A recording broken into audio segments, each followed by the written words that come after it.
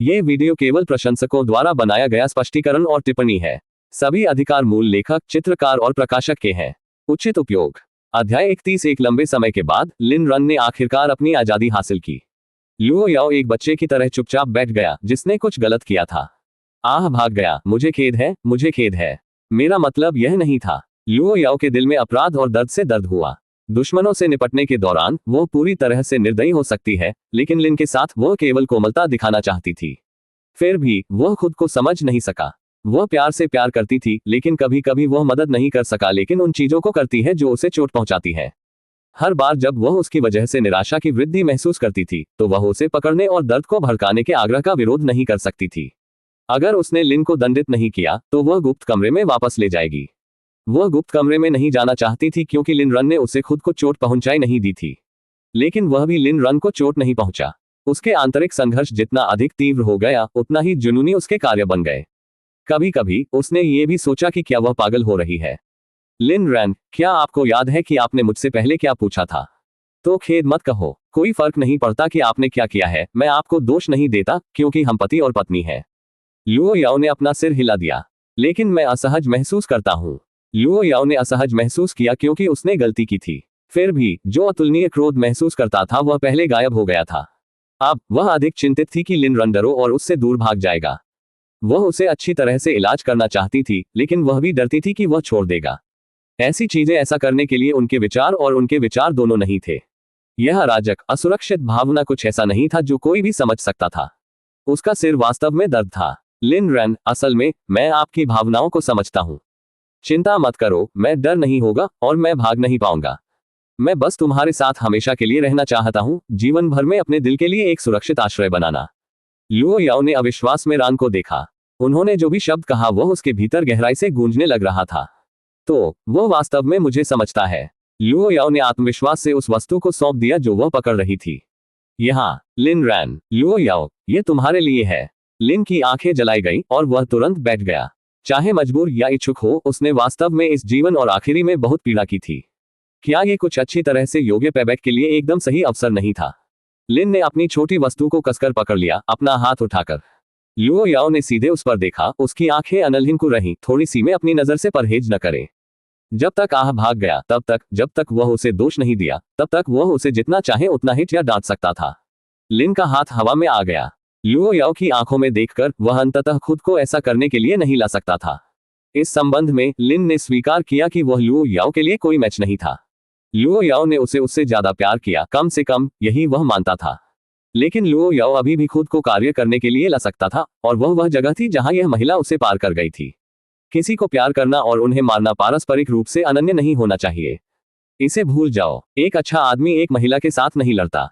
Luo याओ की आंखों में चमक उज्जवल हो गई। आह भाग गया। आप सहन नहीं कर सकते क्या आप?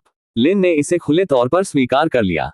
मैं तुम्हें बहुत प्यार करता हूँ, बहुत ज्यादा। लुओ याओ ने चुपचाप उन शब्दों को उसके दिल में दोहराया। ऐसा महसूस हो रहा है कि कुछ ने उसे गहराई से मारा था। आप इसे धीरे से कर सकते हैं।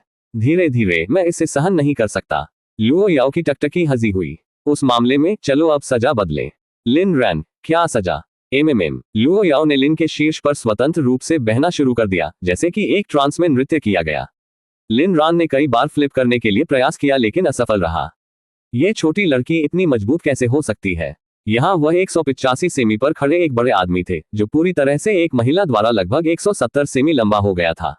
यह पूरी तरह से हास्यास्पद था। यहाँ आदमी कौन था? लंबे समय के बाद लुओ याओ के चौंकाने वाले रो ने उनके प्रदर्शन के लिए सही निष्कर्ष की घोषणा की। लिन भाग गया। आपकी अवधि कब समाप्त हुई? लुओ याओ, कल रात शायद। अपनी सांस पकड़ने के बाद लिन रन ने लुओ याओ को अपनी बाहों में खींच लिया। क्या यह आपको दंडित कर रहा है? क्या यह वास्तव में सजा है? लुओ याओ ने निर्दोष आंखों के साथ देखा। ये और क्या होगा? लिन रन ने क्रोधित रूप से घबराया। यह उचित नहीं है। यह स्पष्ट रूप से एक इनाम है। मुझे एक अलग सजा चाहिए।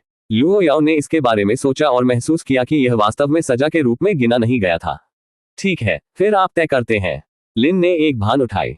क्या आप गंभीर हैं? लुओ याओ, मृत गंभीर। लिन ने सार्थक रूप से मुस्कुराया। क्या आपके पास कोई है मेरे लिए काले लोगों की सराहना करने के लिए? लुओ याओ ने अपना सिर हिलाकर रख दिया, लेकिन जैसा कि लिन का चेहरा निराशा में गिर गया, उसने अपना फोन खींच लिया। लियू मिंग, जिन्होंने कॉल प्राप्त किया, पूरी तरह चौंक गया। लिन ने भ्रम में लुओ याओ को देखा। एसआईएस, क्या आप वास्तव में इस बोल्ड है? लियू मिंग, जो रात के मध्य में जाग गया था, दोनों ने डर और उत्साहित किया, उसकी ओनिंदापन पूरी तरह से चला गया। तो इस तरह जंगली सीओ लुओ हो जाता है। एक दूसरे विचार के बिना वह तैयार करने के लिए चला गया कि क्या आवश्यक था। जल्द ही लियू मिंग व्यक्तिगत रूप से मनों में चला गया और वस्तुओं को सीधे लुओ याओ को सौंप दिया। इसमें लुओ याओ की गोपनीयता शामिल थी, इसलिए वह किसी और को जानने नहीं दे सका। उसने गपशप से नफरत की। सीओ लुओ, आपके द्वारा मांगे गए आइटम, क्या ये वास्तव में रात के मध्य में ये तत्काल है? लुओ याओ ने लियू मिंग में ठंडे तरीके से देखा। हाँ, आह भाग उन्हें देखने के लिए उत्सुक है। इसके साथ वह विला लौट आई, जिससे लियू मिंग को सदमे में दरवाजे पर खड़ा कर दिया गया। ऐसा लगता है कि यह वास्तव में तत्काल था। सीईओ लुओ युवा मास्टर लिन का इलाज कर रहा है, सिर्फ इसलिए कि वह कुछ देखना चाहता था। उसने अपना कर्मचारी इसे रात के मध्य में लाया और उसने सभी प्रकार के रंगों में इतने सारे लोगों से पूछा। यह अनुमान लगाना मुश्किल नहीं था कि वे क्या थे। युवा मास्टर लिन वास्तव में धन्य है। आह, मैं इसे साझा नहीं कर सकता, मैं कुछ भी नहीं कह सकता। यह असहनीय है, वास्तव में असहनीय है। वापस विला के बेडरूम में लुओ याओ बिस्तर पर बैठ गया।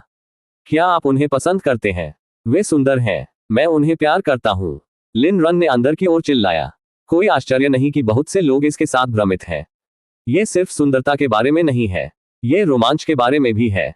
तथ्य यह है कि लुओ याओ एक डोमिनियन सीईओ था जो केवल लिन रन की विजय की भावना में जोड़ा गया था।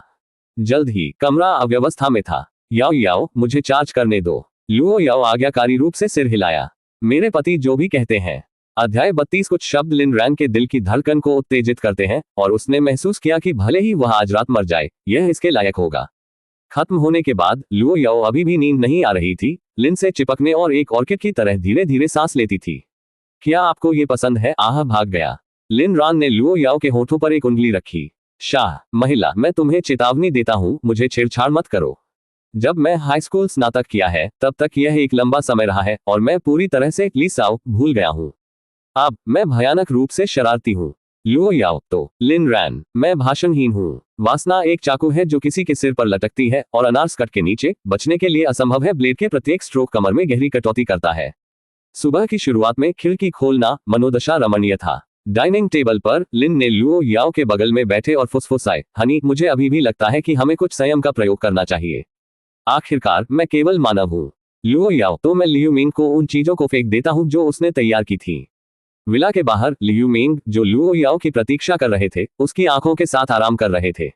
वह पूरी रात फेंक गई और पूरी रात बदल गई और अब उसकी आंखों के नीचे अंधेरे शकल थी। उसने अपनी आंखें खोली, समय की जांच की और महसूस किया कि यह निर्धारित समय से पहले था। उसने पूछताछ के लिए दरवाजे पर दस्तक दी। जैसे ही उसने चाचा फू को भोजन कक्ष में पीछा किया, उसने लुओ याओ के शब्दों को सुना और भ्रम से भरा था। क्या लुओ याओ ने मुझे कुछ तैयार करने के लिए कहा? अरे नहीं, क्या यह हो सकता है? गपशप की एक झलक उसकी आंखों में फिर से चमक गई। कई वर्षों तक लुओ याओ के साथ काम करने के बाद एक छोटे से सहायक से एक विश्वसनीय दाएं हाथ से बढ़ रहा है। वह स्वाभाविक रूप से लुओ याओ को अच्छी तरह से समझती है, लेकिन सटीक रूप से क्योंकि वह समझ गई, वह लुओ याओ के वर्तमान परिवर्तन से चौंक गई। तो यह असली लुओ याओ है। लिन भाग गया। तुम बहुत भाग्यशाली हो, लेकिन क्या आप वास्तव में हमारे लुओ याओ के योग्य हैं? दुनिया में सबसे अच्छा। वह सिर्फ अच्छी लग रही है। मैंने उसके बारे में कुछ और विशेष नहीं देखा है। लिन भाग गया। और भी है। रुको, कि बर्बाद शर्मनाक है और हमें कूड़ेदान नहीं करना चाहिए। लुओ याओ मुस्कुराया और करीब आ गया। आह भाग गया। मुझे लगता है कि मैंने आपको नियंत्रित करने के कुछ तरीकों की खोज की है। लिन रैन, मैं कहूंगा कि यह स्वैच्छिक है। क्या ऐसा है? हाँ, आज अच्छा हो, ठीक है। लिन ने आज्ञाकारी रूप से चिल्लाया। अपने दिल में वह जानता था कि उसे लियू रुक्स्यू से निपटना पड़ा, अन्यथा वह हमेशा लुओ याओ के पक्ष में काटा होगा। लुओ याओ ने अपने कपड़े सीधे और लियू मिंग के साथ छोड़ दिया। जैसे ही वे कार में आए, उन्होंने कहा, मैंने जिन चीजों का उल्लेख किया है उसे तैयार करना न भूलें। लियू मिंग, लुओ याओ, क्या आप गंभीर हैं? मैं आपका सहायक हूं, लेकिन मैं आपके लिए इस तरह की चीज नहीं कर सकता। ठीक है, लुओ याओ। लिन ने अपने पिछले जीवन में किस आकाशगंगा को बचाया। लुओ याओ, अधिक तैयार करें। लियू मिंग, लुओ याओ, अगर आप भाग गया तो संतुष्ट नहीं है, तो आप काम पर आना बंद कर सकते हैं। लियू मिंग के विद्यार्थियों ने हिलाया। क्या? लुओ याओ, क्या आप भी खुद को सुन रहे हैं? लिन ने वापस विला में भाग लिया, स्कूल जाने और उनके लिए कवर करने के लिए वो जिशांत को नहीं कहा। एक झपकी के बाद उसके पैर अंत में कम कमजोर महसूस किया। अच्छी तरह से विश्राम किया। लिन भागने के बारे में सोचना शुरू कर दिया कि औपचारिक रूप से अपने पिछले जीवन से दुश्मनों से कैसे निपटे। पहला कदम उन्हें सच्ची पीड़ा का अनुभव करना है। लिन परिवार लियू रुक्स्यू शैतान के फैसले का सामना करने के लिए तैयार है। योजना के बाद उन्होंने वू जिशांग से संपर्क किया। क्या आप भाई दाओ जानते हैं? वू जिशांग चौंका दिया गया था। एक स्थानीय के रूप में वह भाई दाओ को कैसे नहीं जान सकता था। शीत पसीना ने लाइन के दूसरे छोर पर वू जिशांग के चेहरे को नीचे गिरा दिया। बेशक मुझे पता है। लिन भाग गया। तुम्हारा क्या मतलब है? क्या तुम उसके साथ गड़बड़ कर चुके थे? लिन रैन, नहीं। वू जिशांग, यह अच्छा है। यदि आप भाई दाओ के साथ गड़बड़ कर रहे हैं तो ये परेशानी होगी। लिन ने आत्मविश्वास से जवाब दिया, ये ठीक है। यहां तक कि अगर मैंने किया तो उसे मेरे लिए रास्ता बनाना होगा। आखिरकार मेरी पत्नी अद्भुत है। वू जिशांग, लिन भाग गया। मैंने देखा है कि आप हाल ही में बहुत अधिक ढीला कर रहे हैं। लिन रन ने परेशान नहीं किया। सुनो, भाई दाओ से संपर्क करने में मदद करें। उसे बताओ कि मेरे पास उसके साथ चर्चा करने का सौदा है। वू जिशांग ने जवाब देने से पहले दूसरे छोर पर चुप्पी हुई। भाई, क्या आप गंभीर हैं? आप क्या करने की कोशिश कर रहे हैं? भाई दाओ के साथ बातचीत क्या कानून के किनारे पर नृत्य की तरह नहीं है? लिन भाग गया। बस मुझे बताओ कि क्या आप मदद करेंगे या नहीं। यदि वू जिशांग ने इनकार कर दिया, लिन रैन ने मदद के लिए लुओ याओ से पूछने की योजना बनाई। वह लुओ याओ सीधे नहीं गया क्योंकि वह नहीं चाहता था कि वह इस बारे में चिंता करे कि वह क्या कर रहा था। वू जिशांग, ठीक है, मैं मदद करूंगा। मेरे पास एक स्कॉन्डरेल चचेरा भाई है जो भाई दाओ के तहत काम करता है। लिन रैन, अच्छा, धन्यवाद भाई। लटकने के बाद लिन की आंखें आंसू के साथ अच्छी तरह से अच्छी थीं। बेशक लिन रॉन वू जिशन के चचेरे भाई के बारे में जानता था, भाई दाओ के लिए काम कर रहा था, अन्यथा वो सीधे उसके पास नहीं आया होगा। अपने पिछले जीवन में उनकी मृत्यु के बाद वू जिशांग लुओ याओ से पहले भी जानने वाले पहले व्यक्ति थे। जब लिन रॉन को रूफटॉप से धक्का दिया गया, वू जिशांग उसके नीचे की प्रतीक्षा कर रहा था। उस दिन वू जिशांग ने संपत्ति से भागने से बचने में मदद करने के लिए सब कुछ जोखिम उठाया था। वू जिशांग विश्वास नहीं कर सका कि क्या हुआ था। उन्होंने पुलिस को बुलाया, लेकिन लिन जियान, लियू रुक्स्यू और लियू यूमेई ने दावा किया कि लिन रन गलती से गिर गया था। लिन टियाम्बा के पीछे के दृश्यों में हेरफेर के साथ तीनों की भी जांच नहीं की गई थी। वू जिशांग को तबाह कर दिया गया था। उन्होंने अपनी असहायता से नफरत की और उस दिन लिन लाने के लिए खेद व्यक्त किया। आखिर में उन्हें एहसास हुआ कि लिन के लिए यह बेहतर होता कि वह युवा मालकिन के कैसबर के रूप में बने रहने के लिए बेहतर होता, कम से कम वह मर नहीं गया था। दुख के बाद उन्होंने बदला मांगा और अपने चचेरे भाई से संपर्क किया, जिन्होंने तुरंत भाई दाओ से पुरुषों को उधार लिया। भाई दाओ उदारता से सहमत हुए। दुर्भाग्यवश उनके चचेरे भाई की कमी में से एक ने लिन जियान को जान लिया और 100,000 युआन के लिए जानकारी बेची। लिन जियान में कमी थी। वू जिशांग नशे में हो गई और उसे तुरंत बदला लेने के लिए प्रोत्साहित किया। हॉटब्रोकन और असुरक्षित, वू जिशांग ने पिया और लिन परिवार को तूफान करने के लिए एक कार में प्रवेश किया। उसके लिए अनजान कार के साथ छेड़छाड़ की गई थी। नशे में और ड्राइविंग, वू जिशांग दुर्घटनाग्रस्त हो गया, अपने पैरों को तोड़कर, और उसे जीवन के लिए व्हीलचेयर बाध्य छोड़ दिया। उस समय एक आत्मा के रूप में लिन भाग गया, इसे रोकने की कोशिश की, लेकिन वह कुछ भी नहीं कर सकता था। वू जिशांग के दुर्घटना के 1 घंटे से भी कम समय के बाद लुओ याओ ने पहले ही लिन परिवार पर कब्जा कर लिया था। ऐसा लगता है कि भाग्य ने इसे सब व्यवस्थित किया था। हमेशा गलत लोगों को परिणाम भुगतना पड़ता है। वू जिशांग, जीवन के लिए एक भाई। दोपहर में संदेश प्राप्त करने के बाद आखिरकार लिन भाग गया। राजधानी अविश्वसनीय रूप से समृद्ध था, लेकिन इसके ग्लैमर के पीछे छिपे हुए गृह उद्योग थे। अधूरा इमारतों का एक समूह उतना आसान नहीं हो सकता जितना वे दिखाई दिए। तो तुम लिन भाग गए हो? वेई जियांग आश्चर्यचकित था जब उसने देखा कि कार लिन दौड़ गई थी। उसने अपने चचेरे भाई को इतनी धनी सहपाठी होने की उम्मीद नहीं की थी। अध्याय 33। लिन ने चिल्लाया, हेलो, मेरा नाम लिन भाग गया है। लिन रॉन ने वेई जियांग जैसे लोगों को नापसंद नहीं किया। वास्तव में इस जीवन काल में वो उसे बिल्कुल नापसंद नहीं करता था। हर किसी के पास नेतृत्व करने के लिए अपना जीवन होता है, और अपने पिछले जीवन में क्या हुआ वह वेई जियांग की गलती नहीं थी। वह नहीं जानता था कि उनके अधीनस्थों के बीच एक गद्दार था। इसके अलावा लिन रैन बिल्कुल एक अच्छा व्यक्ति नहीं था। बेवकूफ, वह एक बार इस जीवन में कभी भी पुनरुत्थान नहीं करेगा। वेई जियांग ने लापरवाह होने की हिम्मत नहीं की और जल्दी से उसके साथ हाथ हिला दिया। हेलो, मैं वेई जियांग, वू जिशांग के चचेरे भाई हूँ। मुझे आपको भाई दाओ देखने के लिए ले जाने दो। वेई जियांग के बाद एक अधूरा इमारत में वे एक बहुत ही छिपे हुए स्थान पर एक लिफ्ट में प्रवेश किया। लिन रैन मदद नहीं कर सका, लेकिन आश्चर्यचकित है कि ये दुनिया कितनी अजीब थी। किसने सोचा होगा कि इस तरह के एक पतली जगह के नीचे एक चमकदार भूमिगत धन बनाने वाला हब है। लिन ने वेई जियांग को सीधे तीसरे भूमिगत स्तर तक ले जाया। जैसे ही वे लिफ्ट से बाहर निकल गए, वहां एक पिंजरे संलग्न लड़ाई की अंगूठी थी। यहां तक कि अगर लिन भागने से पहले नहीं देखा गया था तो वह जानता था कि यह एक भूमिगत लड़ाई क्षेत्र था। इस स्तर की छत असाधारण रूप से उच्च थी और डिजाइन काफी सरल था। लिन ने इस स्तर की दूसरी मंजिल पर वी जियांग को एक निजी बॉक्स में पीछा किया, जिसने अंगूठी का सबसे अच्छा दृश्य पेश किया। बॉक्स के अंदर लिन रान ने उस व्यक्ति को देखा जो राजधानी के भूमिगत दृश्य में शीर्ष आकृति माना जाता था, जिसे अंडरवर्ल्ड में भाई दाओ के रूप में जाना जाता था। भाई दाओ लगभग 40 साल के थे और उसके नाम पर सच थे। एक निशान उसके चेहरे पर तिरछे भाग गया, अपनी खोपड़ी से शुरू हो गया और अपनी ठोड़ी पर समाप्त हो गया। इस तरह की गंभीर चोट से बचने के लिए उनके लचीलापन का एक नियम था। वेई जियांग ने भाई दाओ के साथ जेल में समय पर सेवा की थी, यही कारण था कि भाई दाओ ने उन्हें उच्च सम्मान में रखा था। वेई जियांग ने सोफे के एक तरफ से एक तरफ चले गए। भाई दाओ, मैंने उसे लाया है। ये लिन है, मेरे चचेरे भाई के सहपाठी। लिन ने भाई दाओ में चिल्लाया, जिसने उसे एक बार दिया। हम एक जवान आदमी, शायद यहाँ किसी से निपटने में मदद के लिए पूछने के लिए। करीब निरीक्षण पर उनके पोशाक ने सुझाव दिया कि वह एक अमीर दूसरी पीढ़ी के वारिस थे। लेकिन फिर भाई दाओ की आंखें सदमे में चौड़ी हो गईं और वह लगभग जमीन पर गिर गया। पवित्र बकवास, क्या ये बॉस लुओ का आदमी नहीं है? वह यहाँ क्या कर रहा है? तो ये युवा मास्टर लिन है। कृपया एक सीट है।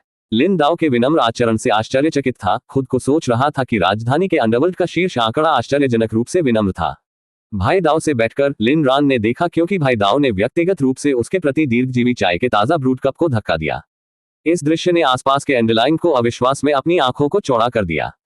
भाई दाओ इस युवा व्यक्ति को असामान्य सम्मान के साथ इलाज कर रहा था। लिन रैन ने एक छोटा सा घोड़ा लिया और प्रशंसा की, बुरा नहीं। आतिथ्य के लिए धन्यवाद भाई दाओ। भाई दाओ समान रूप से विनम्र थे, जो एक बड़े शॉट के सामान्य अहंकार में से कोई भी दिखा रहा था। तो युवा मास्टर लिन, आपको किस व्यवसाय पर चर्चा करनी है? लिन ने एक युवा को सौंप दिया। भाई दाओ ने इसे एक स्पष्ट रूप से देखा, उस पर नजर डाला और पूछा, यंग मास्टर लिन, क्या आप मुझसे इस ऋण को इकट्ठा करने में मदद करने के लिए कह रहे हैं? आप सही व्यक्ति के पास आ गए हैं। हम इस पर बहुत पेशेवर हैं। स्वाभाविक रूप से वह आयु पर अपेक्षाकृत छोटी राशि पर नहीं बताएगा। आखिरकार छोटे मुनाफे में भी जोड़ा गया। अंडरवर्ल्ड नियमों के अनुसार ऋण संग्रह 20% सेवा शुल्क के साथ आया था। लिन ने अपने सिर को हिलाकर एक उंगली उठाई। यहाँ एक बहुत बड़ा सौदा है भाई दाओ, एक जो आपको एक भाग्य बना सकता है, और यह पूरी तरह से कानूनी है। इस तरह के रूप में यह मैं सद्भावना का एक इशारा मानता हूँ। यदि आप इसे इकट्ठा कर सकते हैं तो आपके पुरुषों को पीने के लिए, आपके पुरुषों के इलाज के लिए इस्तेमाल किया जा सकता है। भाई दाओ ने लिन को आश्चर्यचकित कर देखा। जो वह जानता था उससे, लिन रैन अभी भी एक छात्र था। फिर भी जवान आदमी ने अपनी उपस्थिति में घबराहट या असुविधा का कोई निशान नहीं दिखाया। यह वास्तव में अप्रत्याशित था। और भी लिन रैन आयु को दोस्ती के इशारे के रूप में सौंपने के लिए तैयार था। जबकि आयु किसी और के हाथों में ज्यादा मूल्यवान नहीं हो सकता है, भाई दाओ को विश्वास था कि वह इसे नकद कर सकता है। इससे पता चला कि लिन रैन दोनों बोल्ड और उदार थे, और ध्यान में रखते हुए कि वह बॉस लुओ से जुड़ा हुआ था, यहां तक कि आयु के बिना भी भाई दाओ उन्हें मुझसे दोस्ती नहीं कर सका। चुप्पी के एक पल के बाद भाई दाओ ने कहा, भाई लिन, मैं अब एक दोस्त मानता हूं। मैं आपकी नौकरी ले जाऊंगा, और क्या ये कानूनी है या नहीं, हमारी चिंता है। अगर कुछ भी गलत हो जाता है तो इसमें आपको शामिल नहीं होगा। इसके साथ वह बाहर पहुंचा और लिन रन के हाथ को हिलाकर रख दिया। लिन रन ने चीजों को इतनी आसानी से जाने की उम्मीद नहीं की थी। भाई दाओ ने खुद को सोचा, यह आसानी से कैसे नहीं जा सकता। तुम असली बॉस यहां हो। अगर मैं आपको कठिन समय देने की हिम्मत करता हूं, तो मैं कल सागर में तैरता समाप्त हो सकता हूं, और कुछ शार्क में आज रात एक दावत हो सकती है। लिन रैन ने पूरी तरह से भाई दाओ पर भरोसा नहीं किया। आखिरकार समाज के भूरे रंग के क्षेत्रों में लोग वास्तव में उनकी अखंडता के लिए नहीं जानते थे। भाई शब्द सिर्फ एक विनम्र औपचारिकता थी। वह एकमात्र सच्चा भाई था जो वो जिशांग था। लेकिन अभी के लिए भाई दाओ निस्संदेह सहयोग करने के लिए तैयार होंगे, क्योंकि पैसे की तुलना में उनके लिए और अधिक आकर्षक नहीं था। लिन रन ने ब्रदर दाओ के आसपास के कुछ एंडरिंग पर देखा, जिन्होंने कमरे को साफ कर दिया। केवल लिन रन और भाई दाओ अंदर छोड़ दिया। केवल तब लिन ने कहा कि लिन परिवार के साथ क्या होने वाला था।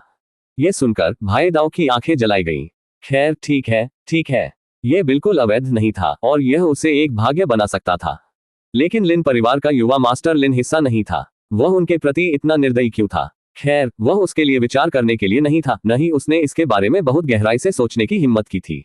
शायद ये बॉस लुओ की योजना का हिस्सा था, और लिन की उपस्थिति आज बॉस लुओ से भी एक परीक्षा हो सकती है। इस बात को ध्यान में रखते हुए भाई दाओ ने देरी और आसानी से लिन रैन के अनुरोध के लिए सहमति व्यक्त की। असल में भले ही लिन रैन उसके पास नहीं आया था, अगर वह स्थिति की हवा प्राप्त कर लेता तो उसने वही किया होगा।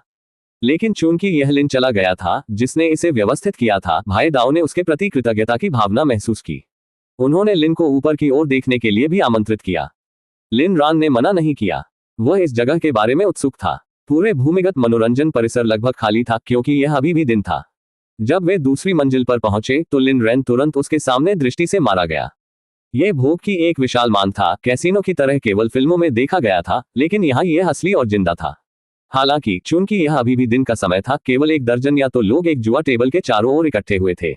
भाई दाओ ने कहा, भाई लिन, कुछ राउंड खेलने की देखभाल। यदि आप हार जाते हैं तो यह मुझ पर है। लिन ने अपने सिर को हिला दिया। मुझे जुआ या ड्रग्स के लिए कोई सहनशीलता नहीं है। भाई दाओ ने खुद को सोचा, आप आसानी से वेश्यावृत्ति भाग छोड़ रहे हैं। हो यह देखते हुए कि लिन रान को जुआ में कोई रुचि नहीं थी, भाई दाओ बस मुस्कुराया और आगे प्रांतित नहीं किया। बस जुआ टेबल पर एक आदमी अचानक जमीन पर लात मारी गई थी।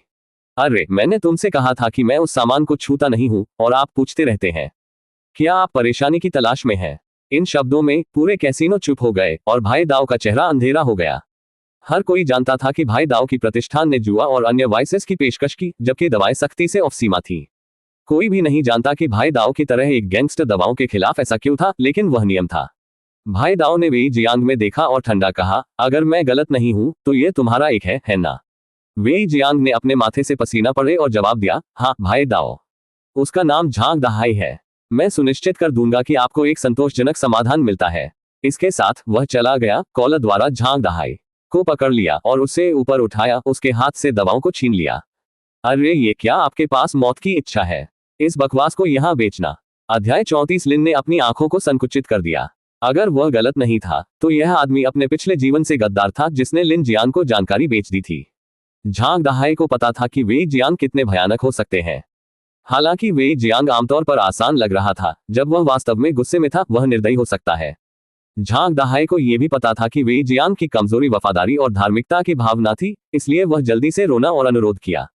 भाई जियांग, मैं गलत था। मेरी पत्नी अस्पताल में पड़ी है और मेरा बेटा गायब हो गया है। हमें कुछ भी नहीं छोड़ रहा है।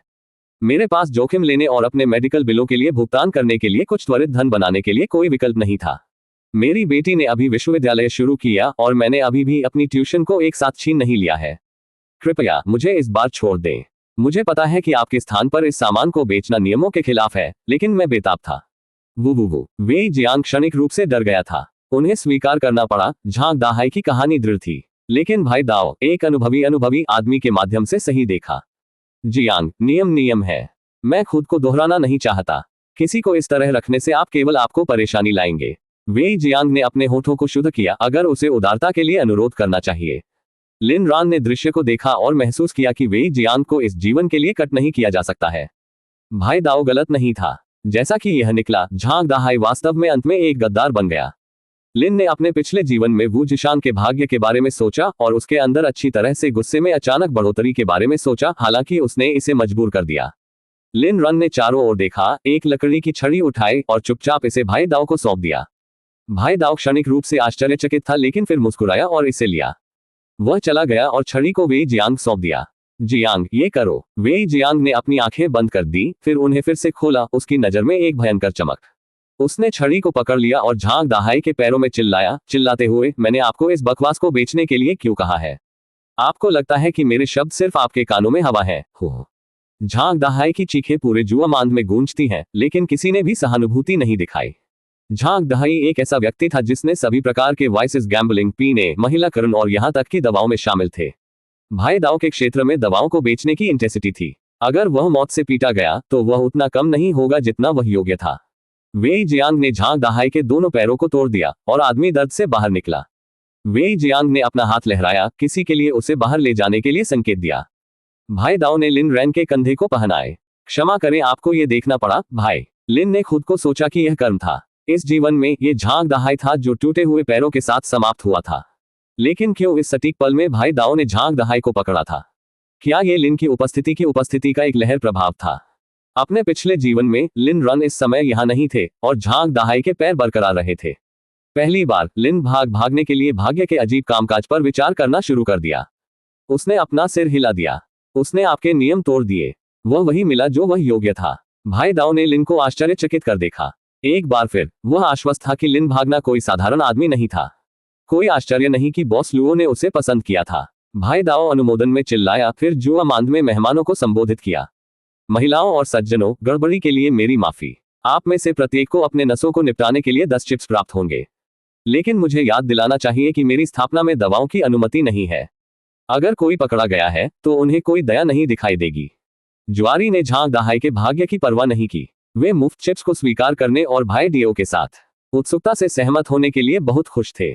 जब ब्रदर दाओ स्थिति को संभालने के बाद रान के पक्ष में लौट आया तो लिन रान ने कुछ ऐसा कहा जो लगभग उसे अपनी मजबूती खो देता है।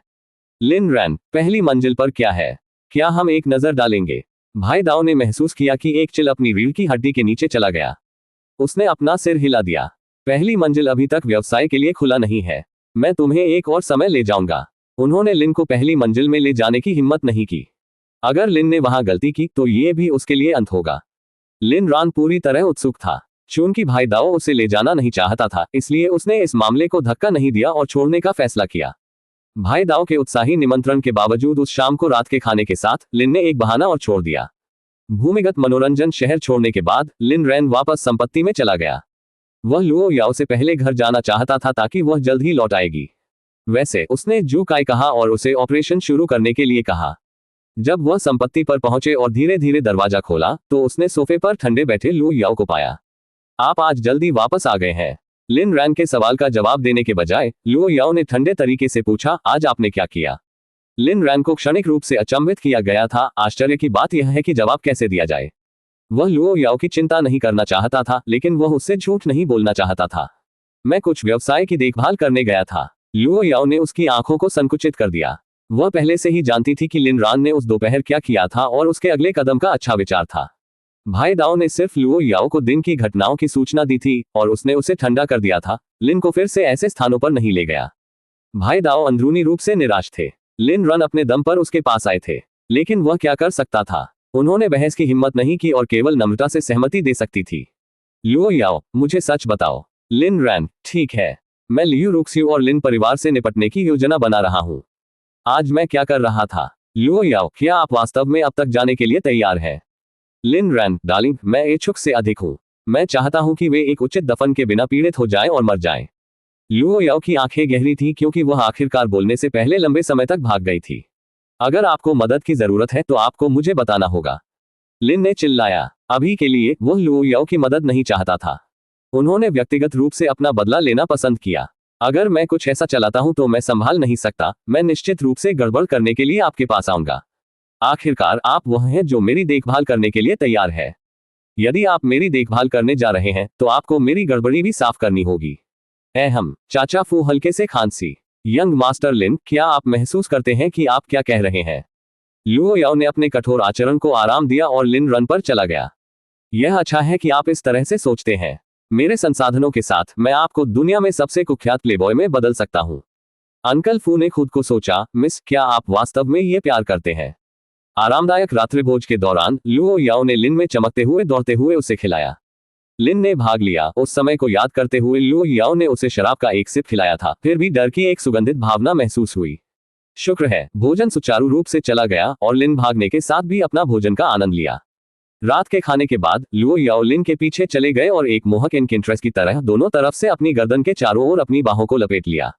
परिचित इशारा ने लिन को कठोर कर दिया। लुओ याओ अपने कान के करीब झुक गया और फुसफुसाए, अरान, मेरे साथ आओ। लिन रैन राहत की चपेट में आते हैं, लेकिन फिर उसका चेहरा भ्रम से भरा हुआ क्योंकि वह लुओ याओ को बेडरूम में ले गया। उसने क्या देखा? उसे सदमे में जमे हुए छोड़ दिया। पृथ्वी पर वह सब बिस्तर पर क्या था? रुको, क्या वह वास्तव में उन चीजों के साथ अलग अलग रंग तैयार करती है? और वह क्या था? एक कुत्ता पट्टा। लिन ने चिल्लाया। वह कल्पना नहीं कर सका कि यह उन सभी चीजों के लिए कितना शर्मनाक होगा। वह लुओ याओ को देखने के लिए अपनी कठोर गर्दन बदल गया। डार्लिंग, मैंने आज कुछ भी गलत नहीं किया। क्या मैंने किया? लुओ याओ ने निर्दोष रूप से झपकी दी। नहीं, बिल्कुल नहीं, मैंने आपके लिए ये सब तैयार किया, अरन। अगर आपको ये चीजें पसंद हैं तो मैं उन सभी को खरीदूंगा। क्या आप उन्हें पसंद नहीं करते? लिन ने एक मुस्कान को मजबूर किया। हे, मैं प्यार करता हूं उन्हें। उद्धरण चिन्ह। अध्याय 35। अरे, क्या ये वास्तव में यह पागल हो गया है? लुओ याओ ने लिन को बाथरूम में भाग लिया, लेकिन लिन रैन व्यस्त लग रहा था। कमरे में वापस लिन रैन की टकटकी डर गई, लेकिन लिन रैन की उम्मीदों से परे चीजें जल्दी से बढ़ी। तो ये कैसा था? निर्दोष लुओ याओ को घूरते हुए लिन ने सदमे में फेंक दिया। अचानक अपनी नाक में एक गर्म सनसनी महसूस कर रहा था। ड्रिप ड्रिप ब्लड फर्श पर छल गया। लिन ने जल्दी से अपनी नाक को ढक दिया और बाथरूम में पहुंचा। लानत है, ये लड़की यह सब कहां से सीखी थी? क्या ये सिर्फ परेशानी के लिए नहीं पूछ रहा है? धोने के बाद लिन रैन अपने पीछे खड़े लुओ याओ को खोजने के लिए चारों ओर घूम गया। ए रन, क्या आपको याओ याओ पसंद नहीं है? लिन रैन की नाकबंद फिर से उग आया। उस रात अराजकता के बाद लिन रैन ने उसके बगल में ऊर्जावान छोटे शैतान को देखने के लिए बदल दिया। याओ याओ, क्या तुम कभी आराम नहीं करते? लुओ याओ हर दिन जल्दी उठ गया और अक्सर रात में देर तक रहा। जबकि लिन रैन के पास दिन के दौरान झपकी के लिए बहुत समय था, लुओ याओ को गैर स्टॉप काम करना प्रतीत होता था। लिन रैन महसूस किया जैसे लुओ याओ कुछ प्रकार की सतत गति मशीन थी, कभी नहीं रुकती, और उसे पता नहीं था कि उसने इसे कैसे प्रबंधित किया। लुओ याओ क्षणिक आश्चर्यचकित था, लेकिन जल्दी से जवाब दिया, निश्चित रूप से मैं आराम करता हूं। मैं अब आराम करूंगा। इसके साथ वह लिन को एक कोआ की तरह भाग गई।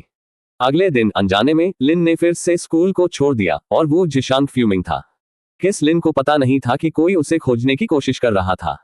लिन टियाम्बा अदालत की सुनवाई में देरी करने के बहाने के रूप में बीमारी का उपयोग कर रहा था, जो कि मुकदमे से पहले जीन के साथ निजी तौर पर चीजों को व्यवस्थित करने की उम्मीद कर रहा था। निजी तौर पर व्यवस्थित करें, वो वास्तव में क्या मतलब था कि लिन को घुटने टेकने, कॉटो और माफी मांगने के लिए मजबूर कर रहा था, जिसके बाद वह लिन को अपने बेटे के रूप में फिर से जाने की अनुमति देगी। स्कूल के पहले दिन उन्होंने लिन को सीधे भागने की योजना बनाई थी, लेकिन जब उसने लिन को लुओ याओ के साथ पहुंचे तो उन्होंने हिचकिचाहट की और अगले दिन वापस लौटने का फैसला किया। लेकिन जब वह अगले दिन वापस आया तो उसे बताया गया कि लिन रन नहीं दिखाया गया था। बहुत सुबह अदालत के अधिकारियों ने अपनी कंपनी का दौरा किया था और अदालत में उपस्थित होने के लिए लिन टियाम्बा के दुर्भावनापूर्ण इनकार का हवाला देते हुए अपनी सभी संपत्तियों को ठंडा कर दिया था। इतना ही नहीं, चूंकि लिन रैन सुरन समूह का एक शेयरधारक था, इसलिए पूरी कंपनी के खाते भी जमे हुए थे। यह दिया गया कारण ये था कि सुरान समूह शेयरधारक लाभांश का भुगतान करने में असफल रहा था और शेयरधारक ने कंपनी के धन पर फ्रीज का अनुरोध किया था। जब लिन टियाम्बा ने खबर सुनी तो वह डर गया। उन्होंने उम्मीद नहीं की थी कि लिन इस निर्दयी होने के लिए भाग गया था। इस बिंदु से वह एक उन्माद में था। वह स्कूल में पहुंचे, केवल लिन रन अभी भी कक्षा में नहीं आया था। उन्होंने लिन जियान और यहां तक कि लियू रुक्स्यू से संपर्क किया, लेकिन उनमें से कोई भी लिन रैन तक नहीं पहुंच सकता था। वह बेताब था क्योंकि उसे एक महत्वपूर्ण व्यापार भागीदार को एक महत्वपूर्ण भुगतान करने की आवश्यकता थी। यदि भुगतान समय पर नहीं किया गया था तो निर्माण स्थल को शटडाउन का सामना करना पड़ सकता है और उसे अनुबंध के उल्लंघन के लिए उत्तरदायी माना जा सकता है। वार्ता की सुबह के बाद न तो बैंक और न ही अदालत ने आगे बढ़ाया। कौन हिम्मत करेगा? वादी के वकील लुओ निगम के कानूनी विभाग के प्रमुख के अलावा कोई नहीं थे। उद्योग में एक हेवीवेट, जिसे देश में शीर्ष कानूनी दिमाग के रूप में जाना जाता है। एक गलत कदम और यहां तक कि न्यायाधीश भी परेशानी में खत्म हो सकता है। इसके अलावा वकील जू काई की प्रक्रिया पूरी तरह से पुस्तक से थी। उनके साथ कोई गलती नहीं मिल सका। पूरा लिन परिवार पतन के कगार पर था और लिन टियाम्बा तनाव से अभिभूत अस्पताल में भर्ती हो गया। लियू रुक्स्यू ने लिन रन से संपर्क करने के लिए वू जिशांग से संपर्क किया, लेकिन क्यों नहीं समझाया। वू जिशांग जाहिर है मदद करने से इनकार कर दिया। बिना विकल्प के छोड़ दिया। लियू रुक्स्यू मदद के लिए अन्य सहपाठियों के पास बदल गया। अंत में दोपहर के आसपास वह एक सहपाठी के फोन के माध्यम से लिन तक पहुंचने में कामयाब रही। जब लिन ने जवाब दिया तो ये दूसरे छोर पर लियू रुक्स्यू की आवाज थी। लिन भाग गया। आपका चाचा आपको तत्काल ढूंढ रहा है। क्या आप? तारांकन बीप बीप बीप। तारांकन। लिन रैन शापित। अरे ये फोन फिर से, और लिन रन तुरंत लटका दिया। वह वास्तव में जानता था कि लिन टियाम्बा क्यों उसकी तलाश में था। यह स्पष्ट था कि वकील जू काई ने अपना कदम उठाया था। आप भुगतान करने में देरी करना चाहते हैं। ठीक है, चलो देखते हैं कि कौन पहले दरारे हैं। जैसे ही लिन रैन विजयी महसूस कर रहा था, वू जिशांग ने उसे बुलाया। लिन, आपकी सौतेली मां लियू यूमेई ने प्रिंसिपल के कार्यालय में एक दृश्य बनाया है। वह पूरे स्कूल को बताने की धमकी दे रही है जिसे आपने अपने पिता को अस्पताल ले जाया था। प्रिंसिपल ने कहा कि लियू ये में एक बड़ा झगड़ा कर रहा है। वह आपको कृतघ्न कह रही है और कह रही है कि लिन परिवार ने आपको इन सभी वर्षों में उठाया है और अब आप उन्हें कगार पर धकेल रहे हैं। प्रिंसिपल ने मुझे आपसे जांचने के लिए कहा। वह उसे अभी के लिए नियंत्रण में रखने की कोशिश कर रहा है। मुझे लगता है कि बस इसे सुनकर बीमार लगा। यह परिवार बहुत घृणित है। लिन, आप वास्तव में इन सभी वर्षों से नरक के माध्यम से किया गया है। लिन एक पल के लिए रुक गया, सोच रहा है कि वे वास्तव में हताश होना चाहिए। अन्यथा लियू यूमेई, जिन्होंने अपनी प्रतिष्ठा के बारे में बहुत कुछ देखभाल की, स्कूल में एक दृश्य पैदा करने का सहारा लिया नहीं होगा। ये ठीक है, मैं देखूंगा कि वह क्या कर रही है। लिन परिवार को फिर से मिलना। लिन रैन ने एक भव्य प्रवेश द्वार बनाने का फैसला किया। इस बार उन्होंने एक संगठन को निकाला जो प्राधिकरण शानदार अभी तक समझा, जिस तरह से पुराना पैसा चिल्लाया। घड़ियों को पहनने के लिए अपरिवर्तित, उन्होंने आश्चर्यजनक रूप से एक पाटेक फिलिप 5208 थी चुना और अपने कोएनिग्सेग में बाहर निकाला। अकेले कार एक भाग्य, उसमें से आधा घड़ी और कपड़े कम से कम कई 100,000 थी। लिन रैन धन के चलने वाले बिलबोर्ड की तरह था, संपत्ति से एक उच्च प्रोफाइल बाहर निकलने और स्कूल जाने के लिए। वह पहले ही कार पंजीकृत कर चुका था, इसलिए जिस गेट ने संपर्क किया था उसके बाद गेट स्वचालित रूप से खोला गया था। जैसे ही वह स्कूल के मैदान में प्रवेश करता था, वह अनगिनत ईर्ष्यापूर्ण तारों से मुलाकात की गई थी। लैब बिल्डिंग, कक्षा भवन और छात्रावास के छात्र सभी को देखा। कोनिग्सेक बस बहुत आकर्षक था। आखिरी बार लिन ने इस कार को स्कूल में चलाया था, गर्मियों के ब्रेक के दौरान था। अब यह सेमेस्टर की शुरुआत थी। यहाँ तक कि मैदान पर नए लोग सैन्य प्रशिक्षण से ब्रेक लेते हुए भयभीत हुए, उनके चेहरे ईर्ष्या से भरे हुए हैं। जब कार पार्किंग क्षेत्र में रुक गई और लिन रैन बाहर निकल गया, तो उसने तुरंत अनगिनत आदरिंग गैजों को कैप्चर किया। कदम से कदम उसने प्रिंसिपल के कार्यालय में अपना रास्ता बना दिया। जैसे ही उन्होंने प्रवेश किया, उसने देखा कि लियू यूमेई ने एक टेंट्रम फेंकने के लिए फर्श पर फैलाया, जबकि कुछ सुरक्षा गार्ड असहाय रूप से देखते थे। अध्याय 36 प्रिंसिपल, मैं यहाँ हूँ। लिन की आवाज सुनना लियू यूमेई जल्दी से खड़े होने से पहले एक पल के लिए जम गया। जियो ने भाग लिया, तुम अंत में यहाँ हो। कृपया अपने पिता को बचाओ। जैसे ही वह बोल रही थी, लियू यूमेई को डर गया था। लिन रन का संगठन निर्विवाद रूप से शानदार था। उन्होंने जो कपड़े पहने थे वे हाथ से कस्टम बनाया गया था और उसकी कलाई पर घड़ी स्पष्ट रूप से एक भाग्य के लायक थी। उसने लिन परिवार छोड़ दिया था, उसे इतनी असाधारण अलमारी के लिए पैसा कहाँ मिला। प्रिंसिपल तांग चले गए, पेटेड लिन कंधे पर भाग गया और उसे एक सार्थक रूप दिया। लिन रैन, क्या स्कूल को मदद करने की जरूरत है? हमारा कानूनी विभाग काफी सक्षम है। स्कूल को परेशान करने की कोई जरूरत नहीं है। मैं इसे खुद को संभाल सकता हूँ। प्रिंसिपल टैंग ने सिर हिलाया। ठीक है, फिर बातों पर बात करें, और यदि आपको कुछ भी चाहिए तो मेरे पास आना याद रखें। स्कूल आपका सबसे मजबूत समर्थन है। इसके साथ प्रिंसिपल तांग ने अपना सिर हिलाकर छोड़ दिया। ये केवल आज ही था कि वह पता चला कि लिन रन लिन परिवार का एक बच्चा था। यदि ऐसा मामला था तो लिन परिवार ने उसके लिए ज्यादा देखभाल क्यों नहीं की थी? जो कुछ जानता था उससे लिन रन पहले कुछ वर्षों में एक आसान जीवन नहीं था। यद्यपि उन्होंने अब एक कंपनी शुरू की थी, लेकिन प्रिंसिपल टैंग ने हमेशा यह माना कि लिन रन ने अपने प्रयास के माध्यम से अपना रास्ता काम किया था। लिन रैन एक उत्कृष्ट छात्र था जो कठिनाई को सहन करने के लिए तैयार था। ऐसा व्यक्ति सफल होने के लिए नियत था। लिन रैन की प्रतिष्ठा छात्रों तक ही सीमित नहीं थी, यहाँ तक कि शिक्षक और प्रिंसिपल भी उसके बारे में जानते थे। हालांकि प्रिंसिपल के रूप में वह केवल इतना जानता था कि लिन रन एक कठिन जीवन जीता था। उन्हें नहीं पता था कि लिन रैन के निरंतर प्रयास लैपडॉग होने के लिए सभी थे। लिन ने पुराने प्रिंसिपल के लिए सम्मान दिखाया, चिल्लाया। प्रिंसिपल टैंग बाय के बाद केवल लिन रन और लियू यूमेई कमरे में बने रहे। जियो ने भाग लिया, कृपया अपने पिता को बचाओ। उनकी कंपनी के फंड जमे हुए हैं। लिन रन ने लियू यूमेई को करीब आने से रोकने के लिए अपना हाथ उठाया। सबसे पहले, वो मेरे पिता नहीं है। क्या मुझे आपको फिर से हमारे कटे रिश्ते का सबूत दिखाने की जरूरत है? दूसरा, कंपनी उसका नहीं है। शेयरों के संदर्भ में मैं सबसे अधिक अधिकार के साथ हूँ। तीसरा, मैं एक हृदयहीन व्यक्ति हूँ। मुझे केवल पैसे की परवाह है, लोगों को नहीं। लिन के शब्दों को लियू यूमेई ने भाषण दिया। भले ही आपको कंपनी के खातों को प्रकट करने की आवश्यकता है। लिन रैन, क्या आपको लगता है कि मैं एक बैंक हूँ? आपको लगता है कि मैं सिर्फ अपनी उंगलियों के स्नैप के साथ उन्हें अनफ्रीज कर सकता हूँ? लियू ये में, लेकिन अगर आप मुकदमा छोड़ देते हैं तो ये पूरी चीज हल की जा सकती है। लिन भाग गया। तुम सही हो, मुकदमा छोड़ना इसे हल करेगा, लेकिन मैं इसे छोड़ना नहीं चाहता। लियू ये में, आप वास्तव में दिलहीन हैं। यदि आप मुकदमा नहीं छोड़ते हैं तो मैं पूरे स्कूल को बताऊंगा कि आपने अपने पिता को अस्पताल में चले गए और अपनी प्रतिष्ठा को बर्बाद कर दिया। लिन रैन, लियू यूमेई सुरन समूह की स्थापना मेरी मां ने की थी। जब वह निधन हो गई थी तो उसने मेरे लिए शेयर छोड़े। सालों से न केवल मेरे लाभांश को रोक दिया, लेकिन मुझे हर तरह से दुर्व्यवहार किया गया। तुम कहां मिलते हो मुझे धमकी देने के लिए? तंत्रिका, आपकी संपत्ति का खंड पूरी तरह से कानूनी और न्यायसंगत है। आपको बस इतना करना है कि लाभांश के मेरे हिस्से को सौंप दें और मैं मुकदमा छोड़ दूंगा। क्या इतना कठिन है? आप वर्षों से मुझे ले जा रहे हैं। तथ्य यह है कि मैंने आपको नरक में नहीं भेजा है, जो पहले से ही दया का कार्य है। आप और क्या चाहते हैं? लियू ये में, तुम झूठ बोल रहे हो। जब हम कभी तुम्हें दुर्व्यवहार करते हैं, मैंने कभी तुम पर हाथ नहीं लगाया। देखो कि आप कितने अच्छे कपड़े पहने हुए हैं। आप कैसे कह सकते हैं कि आप इस जीवन के लिए लिन परिवार पर भरोसा नहीं कर सकते? लिन रैन, ओह, तुमने मुझे मारा नहीं था, लेकिन तुमने लिन तियानबा मुझे हराया था। तुमने मुझे भूखा बनाया, मुझे अपने परिवार के लिए सभी घर का काम कर दिया और अपने परिवार के लिए खाना बना दिया। भले ही नौकरानी थी, तब तक मैं एक महीने में सस्ता था। यहाँ तक कि मेरे स्कूल की फीस भी मेरे द्वारा अर्जित की जानी चाहिए। आप कैसे इस पर सवाल उठाते हैं कि मैं अब कैसे तैयार हूँ?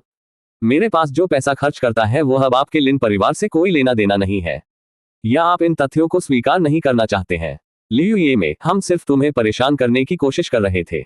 आप एक लड़का हैं, यह आपके लिए कुछ कठिनाई सहन करना अच्छा है। लिन रैन, तुम अपने बेटे को क्यों नहीं समझते? या वह एक लड़का नहीं है? वह थाईलैंड कब गया था? मुझे नहीं पता था। क्या आप अपनी खुद की परिवार रेखा को काटने की कोशिश कर रहे हैं? लियू ये में, तुम बकवास बात कर रहे हो। मेरा बेटा एक असली आदमी है। आप उससे तुलना कैसे कर सकते हैं? वह लिन परिवार का युवा मास्टर है। लिन रैन, एक मालकिन से पैदा हुआ एक बच्चा खुद को लिन परिवार के युवा मास्टर को कॉल करने की हिम्मत करता है। लियू ये में, मैं लिन परिवार की सच्ची पत्नी हूँ। आपके पिता ने कभी अपनी माँ को पसंद नहीं किया और उसने कभी भी आपको पसंद नहीं किया। हर छुट्टी उसने इससे मेरे और जियो जियान के साथ बिताया। लिन रैन, तो आप स्वीकार करते हैं कि आप मालकिन थे? या क्या आपने लिन टियाम्बा को लिन परिवार की पत्नी बनने के लिए छेड़छाड़ की? या ये सच प्यार था? लियू यूमेई की भौहें क्रोध में गोली मार दी। वह समझ नहीं सका कि लिन कितना बदल गया था। वह हमेशा अतीत में इतना विनम्र रहा था। लिन रैन, इसे स्वीकार करें। ये सिर्फ हम दोनों यहाँ हैं। एक अच्छा व्यक्ति होने का नाटक करने की कोई जरूरत नहीं है। यदि आप बात करना चाहते हैं तो स्पष्ट हो। लियू ये में, मैंने तुम्हारे पिता को छेड़छाड़ नहीं की। उसने मुझे बहकाया। उसने कहा कि अगर मैं उसकी मालकिन बन गया तो वह अंततः मुझसे शादी करेगा। लिन का चेहरा गहरा हुआ। क्या उनकी मां की मौत लिन टियाम्बा से भी संबंधित हो सकती है? लिन रॉन लियू यूमेई के करीब कदम रखता था। तो तुमने मेरी मां को मार डाला? लियू येमे की आंखें चौड़ी हो गईं। नहीं, यह मैं नहीं था। बकवास मत करो। लिन रैन, फिर ये लिन टियाम्बा था। लियू यूमेई ने लिन को अविश्वास में भाग लिया, जिससे उसके सिर को झुका हुआ। नहीं, ऐसा मत कहो। किसी ने उस कुतिया को नहीं मारा। लिन ने उसे चेहरे पर फिसल दिया। लियू येमे जमे हुए खड़ा था। लिन ने मुस्कुराया। एक मालकिन मेरी मां का अपमान करने की हिम्मत करता है। अगर आपको लगता है कि मैं मुकदमा छोड़ दूंगा तो आप सपने देख रहे होंगे। चूंकि आप और लिन टियाम्बा बहुत प्यार में हैं, इसलिए पैसे से कोई फर्क नहीं पड़ता। अपने सच्चे प्यार के साथ अपने जीवन को जियो। मैं ये सुनिश्चित करूंगा कि लिन परिवार दिवालिया हो जाए। लियू यूमी ने रोया, तुम यह नहीं कर सकते। मैं लिन परिवार की पत्नी हूँ। मैं पैसे के बिना नहीं रह सकता। यदि आप ऐसा करने की हिम्मत करते हैं तो मैं आपको पूरे स्कूल के सामने अपमानित करूंगा। लिन चिल्ला गया, इससे कोई फर्क नहीं पड़ता।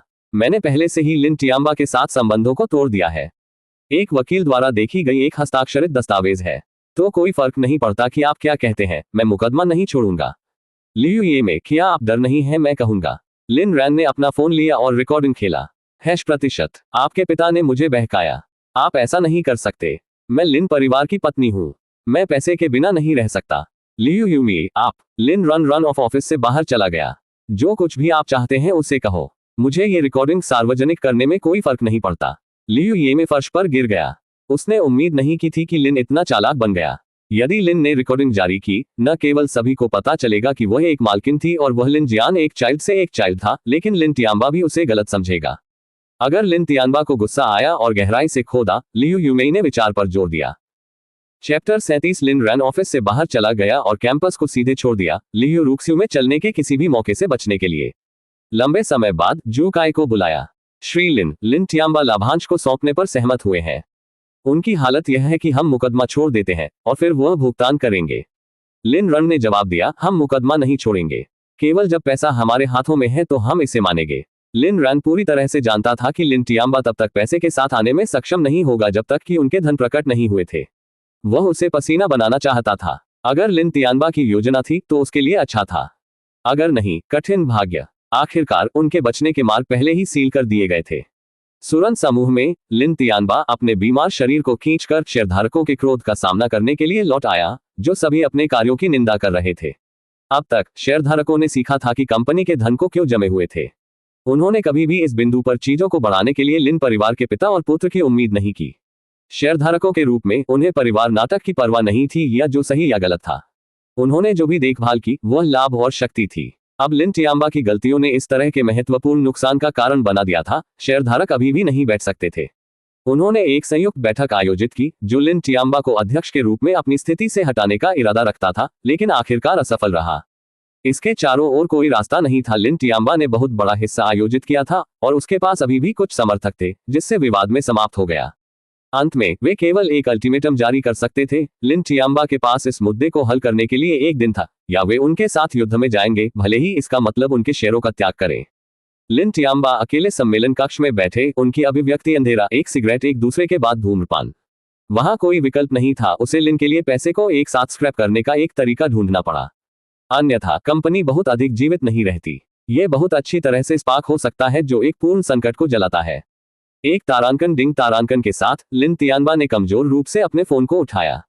इन दिनों उन्हें प्राप्त अधिकांश संदेश शेयरधारकों से उन्हें दोषी ठहराया गया था। हालांकि जब लिन तियानबा ने इस बार प्रेषक का नाम देखा तो उनके विद्यार्थियों ने थोड़ा पतला कर दिया। उसने तुरंत कॉल करने की कोशिश की, लेकिन कॉल को अधिसूचना के साथ खारिज कर दिया गया। तारांकन, दूसरी पार्टी अभी तक आपका दोस्त नहीं है।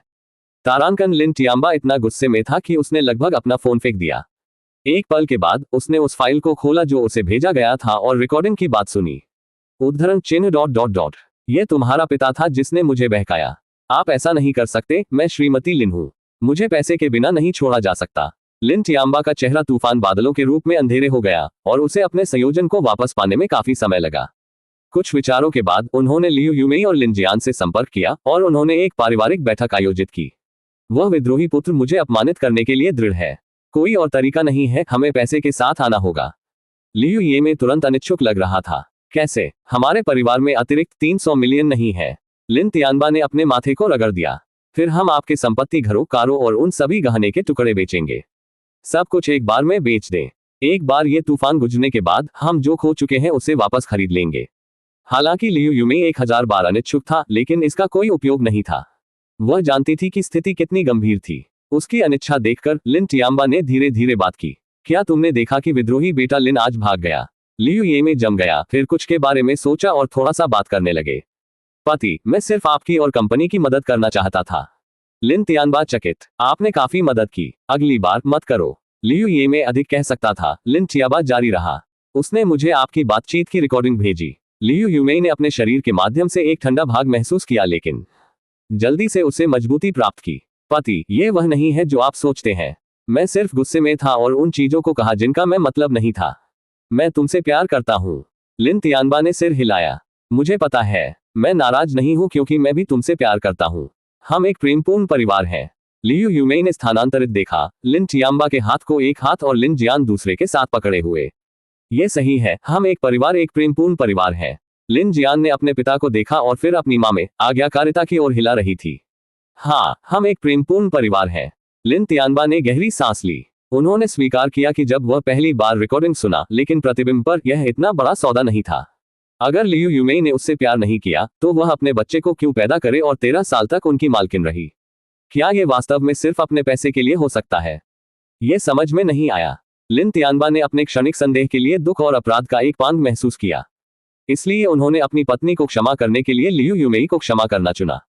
एक बार जब हम इस संकट से गुजरते हैं तो मैं आपको अफ्रीका की यात्रा पर ले जाऊंगा। दोनों समझौते में चिल्लाया। नकदी को जल्दी से बढ़ाने के लिए लिन तियानबा ने अपनी सभी संपत्तियों को कम कीमत पर बेचा। केवल उस विला को रखने के लिए वह वर्तमान में रहता था। उन्होंने लिन जियान की कारों, अपनी कारों और सभी शेयरों और धन को भी बेच दिया, लेकिन यह अभी भी पर्याप्त नहीं था।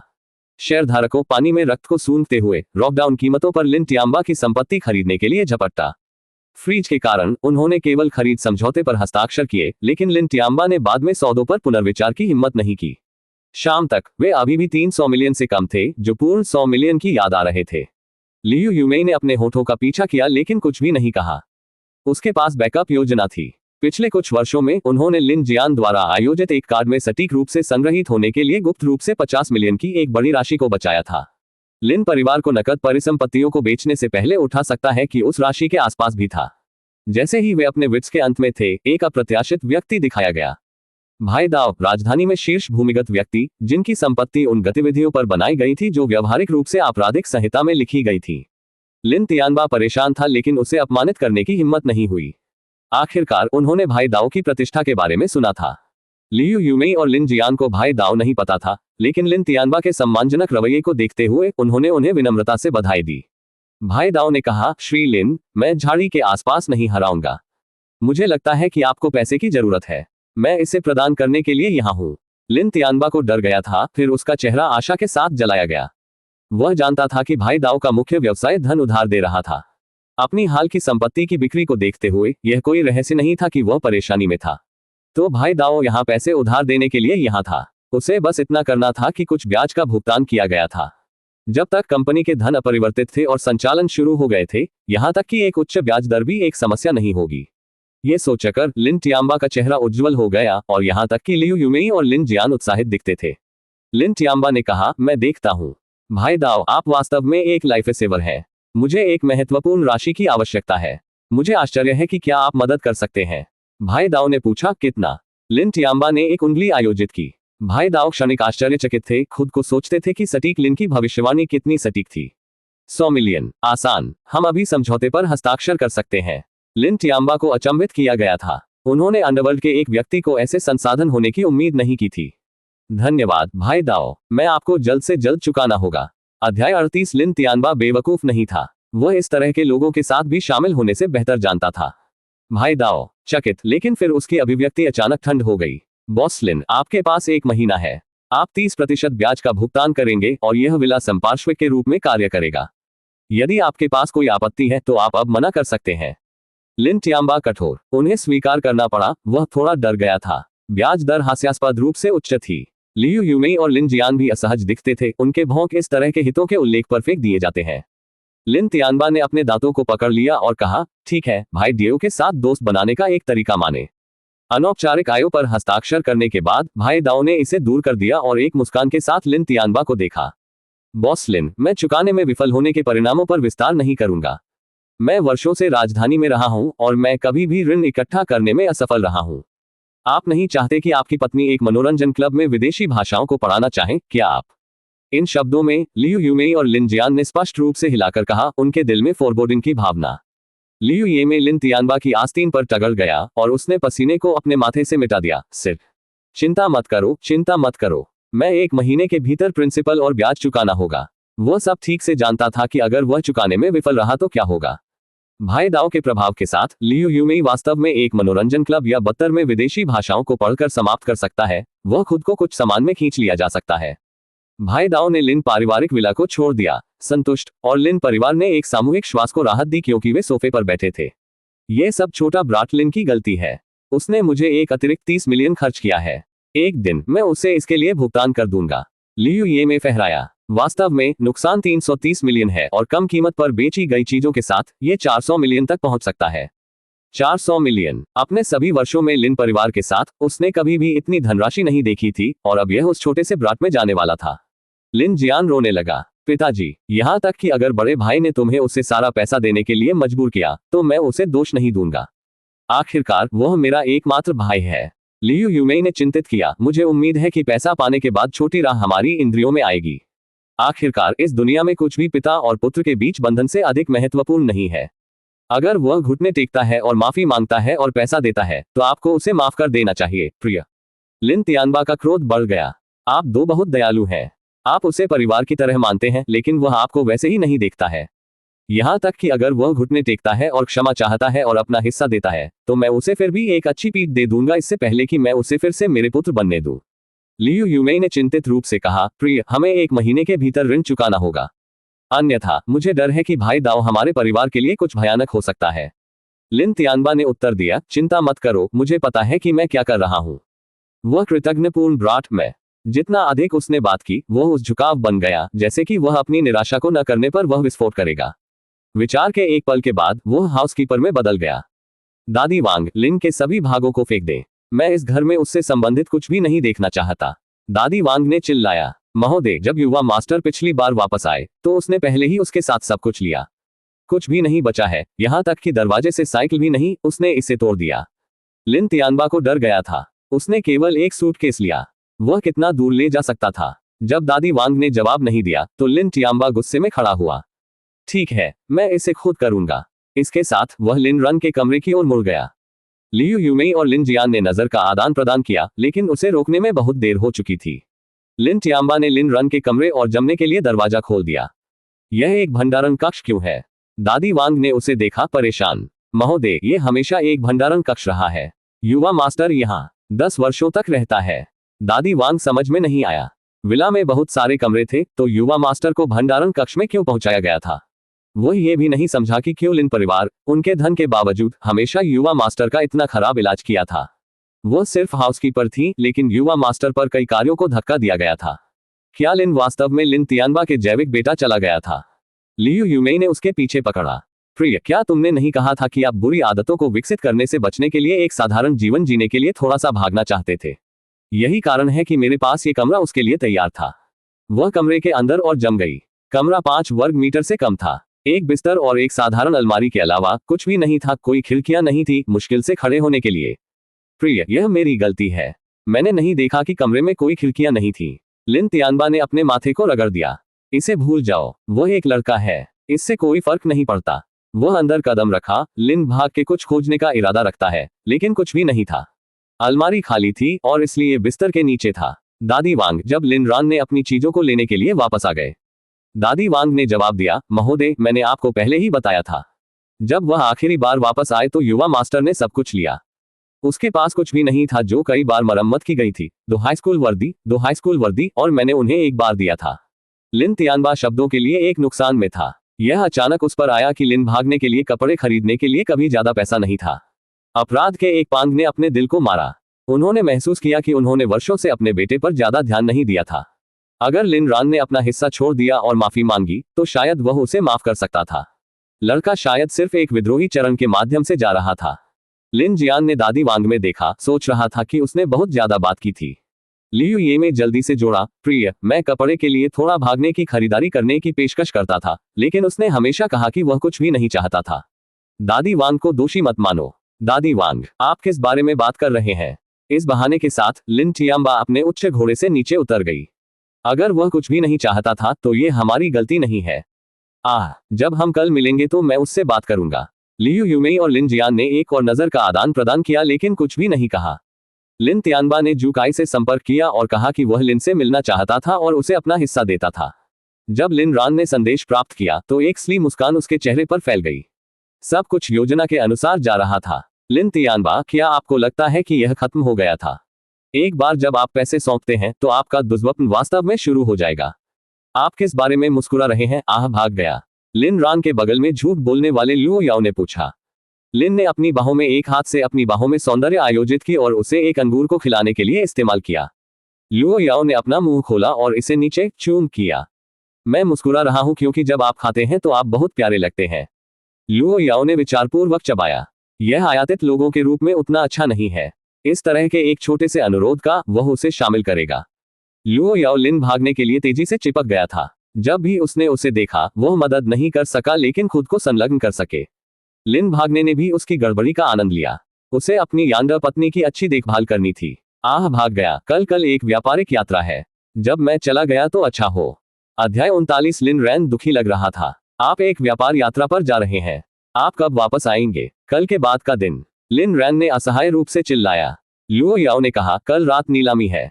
आप लुओ निगम की ओर से क्यों नहीं जाते? वह लिन को कब्जे में रखना चाहती थी। डर, अगर वह ऊब गया तो वह लियू रुक्सू की तलाश कर सकता था। उसके साथ घर से दूर वह लिन को गायब होने का कोई मौका नहीं दे सका। लिन रान को अचंभित किया गया था। लुओ निगम, क्या मैं वास्तव में इसका प्रतिनिधित्व कर सकता हूँ? लुओ याओ ने जवाब दिया, तुम मेरे पति हो, निश्चित रूप से आप कर सकते हैं। मेरे पास कल तुम्हारे साथ चाचा फू होगा। जो भी आपको पसंद है खरीदें और लागत के बारे में चिंता न करें। लिन चिल्लाया। ठीक है, हे कल मेरा वेतन दिवस। लुओ याओ जानता था कि लिन तियानबा लिन परिवार के लाभांश पर चर्चा करना चाहता था। लिन के साथ अगले दिन भाग गया। चुप्पी के एक पल के बाद उसने अभी भी उसे याद दिलाया, अगर कुछ भी होता है तो मुझसे संपर्क करना सुनिश्चित करें। लिन ने चिल्लाया। मिल गया। समय उड़ गया और अगले दिन पहुंचे। सुबह 8 बजे लिन रान जुकाई के साथ सहमत पर रेस्तरां में पहुंचे। लिन तियानबा ने अभी तक नहीं दिखाया था। पिता के रूप में उन्हें अपने अधिकार पर जोर देना पड़ा और कभी अपने बेटे के सामने नहीं पहुंचेगा। हालांकि बैठक 8 बजे तक निर्धारित की गई थी, लेकिन उन्होंने जानबूझकर 9 बजे दिखाने की योजना बनाई। लिन रन केवल 5 मिनट तक इंतजार कर रहा था। यह देखते हुए कि लिन तियानबा नहीं पहुंचे थे, उन्होंने अब और इंतजार नहीं करने का फैसला किया। छोड़ने से पहले उसने जुकाई को कुछ निर्देश दिए। 9 बजे लिन तियानबा आखिरकार अपने परिवार के रेस्तरां में पहुंचे। उम्मीद है कि लिन को अंतिम खाई के प्रयास के रूप में पारिवारिक स्नेह के माध्यम से भाग गया। कमरे में प्रवेश करने पर उन्होंने जुकाई और 2 सहायकों को देखा, लेकिन लिन का कोई संकेत नहीं चला। वह छोटी ब्राट कहाँ है? मेरा मतलब है, मेरा उस विद्रोही पुत्र कहाँ है? जुकाई ने विनम्रता से जवाब दिया, श्री लिन पहले ही छोड़ चुके हैं। उन्होंने कहा कि चूंकि आप पैसे को सौंपने के लिए जल्दी में नहीं है, नहीं वह है। लिन तियानबा को डर गया था। उसने एक गहरी सांस ली और कहा, किसने कहा कि मैं उसे पैसा नहीं देना चाहता हूँ? उसे वापस आने के लिए कहो और मैं इसे अभी दे दूंगा। जुकाई ने जवाब दिया, मुझे खेद है श्री लिन, लेकिन श्री लिन ने कहा कि वह सोने के लिए वापस जा रहा है। अगर कुछ और है तो यह इंतजार कर सकता है। लिन टियाम्बा बहुत उग्र था, वह लगभग अपनी सांस नहीं पकड़ सका। अगर उसने आज इस मामले को हल नहीं किया तो शेयरधारक निश्चित रूप से अपने जीवन को दुखी कर देंगे। दिन के बीच में सो रहा था। किस तरह की बुरी आदत है। उसे यहां आने के लिए कहो और मैं उसे अभी पैसे दूंगा। जू काई ने कहा, मुझे खेद है, लेकिन श्री लिन ने कहा कि यह देर से होने के लिए आपकी गलती थी, न कि उसकी। यदि आप उसे वापस आना चाहते हैं तो आपको कुछ ईमानदारी दिखाने की आवश्यकता होगी। लिन टियाम्बा ने फहराया, तुम्हारा क्या मतलब है? जू काई ने विनम्रता से मुस्कुराया, यदि आप चाहते हैं कि श्री लिन वापस आ जाएंगे तो आपको घुटने टेकना होगा और उससे भीख मांगना होगा। लिन टियाम्बा की आंखें चौड़ी हो गईं। क्या तुम मुझे घुटने टेकना चाहते हो और उससे विनती करते हो? क्या उसने अपना मन खो दिया है? जू काई ने अपनी मुस्कान को बनाए रखा। तो क्या आप घुटने टेकेंगे या नहीं? यदि नहीं तो मैं अभी छोड़ दूंगा और आपको और भी परेशान नहीं करूंगा। लिन टियाम्बा ने अपने क्रोध को दबा दिया। उसे बताओ कि मैं घुटने टेक रहा हूं। इस बार जू काई ने एक और शब्द नहीं कहा। वह सूट के बाद 2 सहायकों के साथ छोड़ने के लिए तैयार हो गया। लिन टियाम्बा को डम्फोर्ड किया गया था, जबकि लियू यूमेई और लिन जियान समान रूप से चौंक गए थे। रुको। जैसे कि जू काई दरवाजे से बाहर निकलने वाला था, लिन टियाम्बा ने उन्हें बुलाया। जू काई एक मुस्कान के साथ घूम गया। क्या आपने अपना मन बना लिया है, श्री लिन? लिन टियाम्बा ने अपने दांतों को पकड़ लिया और कहा, मैं घुटने टेक दूंगा। तुम उसे आओ। जू काई ने अपना सिर हिला दिया। श्री लिन के आने की कोई जरूरत नहीं है। उसके बाद उन्होंने अपना फोन निकाला और लिन रैन के वीडियो कॉल डायल किया। कई छल्ले के बाद लिन ने आखिरकार जवाब दिया। वीडियो के माध्यम से लिन रैन वास्तव में बिस्तर पर झूठ बोल रहा था, जैसा कि वह सिर्फ जाग गया था। जू काई, क्या हो रहा है? जू काई ने कहा, अपने आराम को परेशान करने के लिए खेद है, लेकिन श्री लिन टियाम्बा चाहते हैं कि आप आ जाएंगे। लिन ने चले गए। मेरे आने की कोई जरूरत नहीं है। आप इसे मेरे लिए संभाल सकते हैं। उसे घुटने टेकने के लिए कहें, माफी मांगे, पैसे पर हाथ, और फिर खो जाओ। लिन टियाम्बा ने लिन के शब्दों को सुनने पर क्रोध के साथ थरथराया, मुश्किल से श्राप की एक स्ट्रिंग को वापस पकड़े हुए। अब अपना गुस्सा खोने का समय नहीं था, उसे अभी भी लिन को मुकदमा छोड़ने की आवश्यकता है। जू काई ने फोन के कैमरे को लिन टियाम्बा की ओर बदल दिया। श्री लिन, आप शुरू कर सकते हैं। लिन टियाम्बा ने हिचकिचाहट अपने दांतों को झुकाया क्योंकि उसने कहा, लिन भाग गया, क्या हमें वास्तव में अब तक जाना है? लिन ने छीन लिया, क्या आप घुटने टेक रहे हैं या नहीं? यदि नहीं तो मैं लटक रहा हूं। लिन टियाम्बा ने अपनी आंखें बंद कर दी और धीरे धीरे नीचे घुटने टेक गई। एक पिता अपने बेटे को घुटने टेक रहा था। क्या यह विद्रोही नशे में डर नहीं था? यह उसकी उम्र को कम करेगा। क्या वह नहीं घुटने का आग्रह नहीं करेगा? और अगली बार जब वे मिले थे, एक आवाज फोन के माध्यम से आई, क्या आप नहीं बोल सकते? क्या आप म्यूट कर रहे हैं? लिन टियाम्बा ने अपने दांतों को झुकाया और कहा, मुझे खेद है। देर से होने के लिए यह मेरी गलती थी। लिन रॉन बिस्तर में आराम से स्थानांतरित हो गया। बुरा नहीं, बुरा नहीं। श्री लिन, आप काफी अनुकूल हैं। एक असली आज्ञाकारी कुत्ता। मेरे खाते में धन हस्तांतरण और बाकी को जू काई के साथ संभालना। इसके साथ वह लटका दिया, स्क्रीन रिकॉर्डिंग को बचाया और एक संतुष्ट मुस्कुराहट के साथ सोने के लिए बह गया। यह एक ऐसा वीडियो था जो उसे खुशी लाएगा। जब भी वह महसूस किया तो वह इसे देखेगा, हमेशा सोचते हुए कि आप मुझे घुटने टेक सकते हैं। चलो देखते हैं कि अब कौन घुटने टेक रहा है। लिन रॉन ने लटकाए जाने के बाद लिन टियाम्बा ने चुप्पी में बैठे महसूस किया कि हालांकि इस समय में अपमान के दशकों का अपमान समाप्त हो गया था, वह वास्तव में लिन भाग गया था। अपने दुख को दबाते हुए वह खड़ा हुआ। अब आप मुकदमा छोड़ सकते हैं। जू काई ने एक दस्तावेज को छोड़ा और सौंप दिया। धन को निर्दिष्ट खाते में स्थानांतरित करें और यहां साइन इन करें। एक बार पैसा प्राप्त होने के बाद मुकदमा गिरा दिया जाएगा। लिन टियाम्बा ने लिन दौड़ने और भुगतान करने से बचने के लिए पारिवारिक स्नेह का उपयोग करने की उम्मीद की थी, लेकिन उन्हें कभी मौका नहीं मिला और अब देर से पछतावा हुआ। उन्होंने एक वकील जू काई के सामने किसी भी चाल की कोशिश नहीं की और अनिच्छुक रूप से धन को निर्दिष्ट खाते में स्थानांतरित कर दिया। उसके बगल में लियू यूमेई और लिन जियान हॉटब्रोकन थे, यह उनका पैसा था। जैसे ही लिन भाग ने स्थानांतरण की अधिसूचना प्राप्त की तो उसने जू काई को एक संदेश भेजा, जिन्होंने तब मुकदमे को छोड़ने की व्यवस्था की। मामले के निपटारे के साथ लिन टियाम्बा ने अपने सामान्य ब्रावोडो को वापस प्राप्त किया। बताओ कि विद्रोही ब्राट वह कभी भी लिन परिवार में लौटने के बारे में भूल सकता है। यहां तक कि अगर वह घुटने टेकता है, क्षमा चाहता है और खुद को थप्पड़ मारता है तो मैं उसे फिर से अपने बेटे के रूप में स्वीकार नहीं करूंगा। जू काई ने मुस्कुराया और अपना हाथ बढ़ा दिया। लिन टियाम्बा उलझन में था। तुम्हारा क्या मतलब है? जू काई ने कहा, श्री लिन, मेरा नाम जू काई है। श्री लिन की तरफ से भाग गया, जिसने मुझे सुरान समूह में अपने शेयरों की बिक्री के साथ सौंपा है। मैं औपचारिक रूप से आपको एक शेयरधारकों की बैठक को जल्द से जल्द स्वीकार करने के लिए सूचित करता हूं। मैं श्री लिन रन के रूप में कार्य करूंगा, मामले को संभालने के लिए कानूनी प्रतिनिधि। लिन टियाम्बा को डर गया था। क्या जू काई ने उसे एक और दस्तावेज दिया? ये प्राधिकरण प्रमाण पत्र और शेयर बिक्री प्रस्ताव है। कृपया इसकी समीक्षा करें। अध्यक्ष लिन टियाम्बा ने दस्तावेज लिया और इसे और अधिक पढ़ा। उसकी आंखें सदमे से भरी हुई हैं। लिन रॉन सुरन समूह में अपने शेयर बेच रहा था। ये लिन टियाम्बा पर भारी प्रभाव डालेगा, संभावित रूप से समूह की पूरी संरचना को बदल रहा है। अध्यक्ष के रूप में उनकी स्थिति जोखिम में हो सकती है, और यहां तक कि अगर उसने इसे बरकरार रखा तो वह शेयरधारक मीटिंग्स में अपना प्रभाव खो देगा। आखिरकार लिन रॉन ने शेयरों का 30% आयोजित किया, जबकि लिन टियाम्बा 21% आयोजित हुआ। साथ में वे पूरे समूह को नियंत्रित कर सकते हैं। अध्याय 40। अब लिन रैन अपने शेयरों को बेचने की योजना बना रहा है, जिसका अर्थ है कि वह कदम दूर करने की तैयारी कर रहा है। लेकिन लिन रैन अपने बेटे हैं और उन 30% शेयर मूल रूप से पिता के रूप में थे। अतीत में वह इस वजह से पूरी कंपनी को ठीक से नियंत्रित करने में सक्षम था। क्या यह विद्रोही बेटा नहीं होना चाहिए? लिन भाग गया, बिना शर्त लोगों को अपने पिता को हस्तांतरित करना। इस छोटे से ब्राट ने मुझे इस तरह के एक बड़े निर्णय के बारे में क्या नहीं बताया? जू काई: अध्यक्ष लिन, मैंने पहले ही शेयरों को बेचने के अपने ग्राहक के फैसले के बारे में स्पष्ट रूप से सूचित किया है। यदि आप मेरे ग्राहक का अपमान करना जारी रखते हैं तो मुझे मुकदमा करने का अधिकार है और आपको अपने कार्यों के लिए उत्तरदायी ठहराया गया है। लिन टियाम्बा पूरी तरह से डर गया था। वह जानता था कि लिन रॉन शेयरों को बेचने के लिए निर्धारित किया गया था। यदि पुराने टाइमर ने पाया कि लिन रैन अपने शेयर बेच रहा था, तो वे निश्चित रूप से उन्हें हासिल करने के लिए लड़ेंगे, और फिर वह अब सुरन समूह का वास्तविक नियंत्रक नहीं होगा। यह विद्रोही बेटा क्यों? लिन भाग गया। शेयरों को बेचने का अधिकार क्यों है? उन शेयरों को सही ढंग से उसका अकेला होना चाहिए। इससे भी बदतर यह है कि लिन भागने के शेयरों का 30% हिस्सा है। ये कोई छोटी हिस्सेदारी नहीं है। यदि बेचा जाता है तो सुरन समूह की प्रतिष्ठा को देखते हुए यह अत्यधिक संभावना है कि उन्हें प्रीमियम पर बेचा जा सकता है। यहां तक कि रूढ़िवादी अनुमानित वे कम से कम 800 मिलियन ला सकते हैं। उनके पास उन्हें वापस खरीदने की कोई क्षमता नहीं है, भले ही उसने पूरे लिन परिवार के खजाने को खाली कर दिया हो। जैसा कि लिन को बस उन्हें उपहार देने के लिए भाग गया, ये वर्तमान परिस्थितियों में स्पष्ट रूप से असंभव है। पृथ्वी पर क्या ये विद्रोही बेटा करने की कोशिश कर रहा है? क्या उसे अपने पिता को कब्र में खुश रहने के लिए ड्राइव करना है? तारांकन पीएफएफ्ट। तारांकन लिन टियाबा रक्त के मुंह से बाहर निकलते हैं। लियू यूमेई और लिन जियान को ध्वस्त कर दिया गया था और ढहने वाले लिन टियाम्बा की मदद करने के लिए जल्दी हो गया था। लियू ये में, आप दिलहीन वकील, क्या आप मेरे पति को नुकसान पहुंचाने पर भी क्षतिपूर्ति कर सकते हैं? जू काई ने लियू यूमेई को गंभीरता से देखा और कहा, महोदया, आपको सबूत के साथ बात करनी चाहिए, या मैं आपको मानहानि के लिए मुकदमा कर सकता हूं। मैं तुम्हारे साथ मजाक नहीं कर रहा हूं।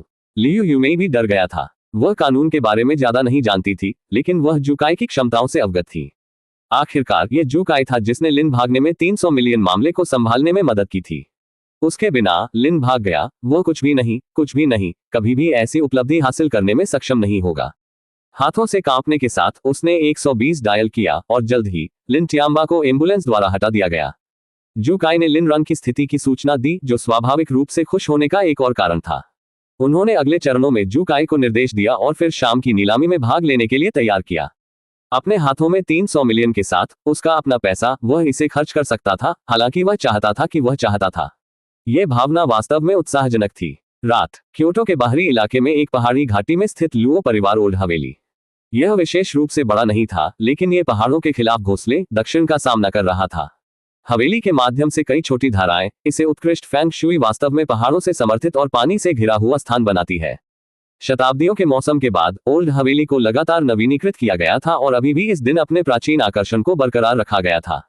प्रवेश द्वार पर एक सुंदर आकृति दिखाई दी और गार्ड ने उसे नहीं रोका।